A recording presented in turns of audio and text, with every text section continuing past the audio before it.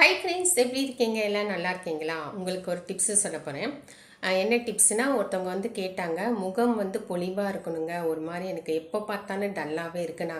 நான் குளிச்சுட்டு வந்தாலும் எனக்கு ஃப்ரெஷ்ஷாகவே ஆக மாட்டேங்குது. எனக்கு ஒரு ஒரு டிப்ஸு சொல்லுங்கள் அப்படின்னாங்க. அவங்களுக்காக இந்த டிப்ஸு. நீங்கள் வந்து இந்த கஞ்சி போடுறீங்களா, ஓட்ஸ் கஞ்சி. அதாவது மார்னிங்லாம் வந்து ஓட்ஸ் கஞ்சி குடிப்பாங்க. சில பேர் குடிக்கிறவங்க இருக்கிறாங்க.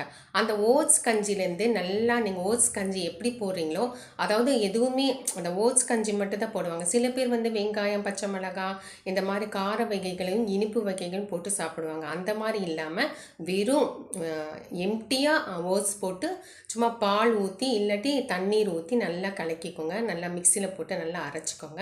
அதை நல்லா ஃபேஸில் அப்ளை பண்ணிவிட்டு ஒரு 1/2 hour கழிச்சு நீங்கள் முகம் வந்து கழுவிக்கோங்க.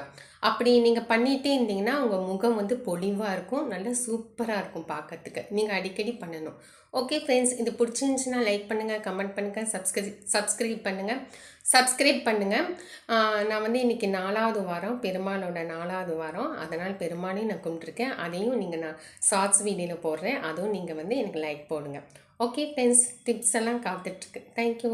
இந்த சப்ஸ்கிரைபும் தான் வர மாட்டேங்குது. ஆனால் அதை ஆஃப் பண்ணவளே நல்லா வருது. இந்த வீடியோவில் மட்டும் வர மாட்டேங்குது. சப்ஸ்கிரைப் பண்ணுங்கள். ஓகே ஃப்ரெண்ட்ஸ், பாய். அடுத்த டிப்ஸ் காத்துட்ருக்கு. தேங்க்யூ.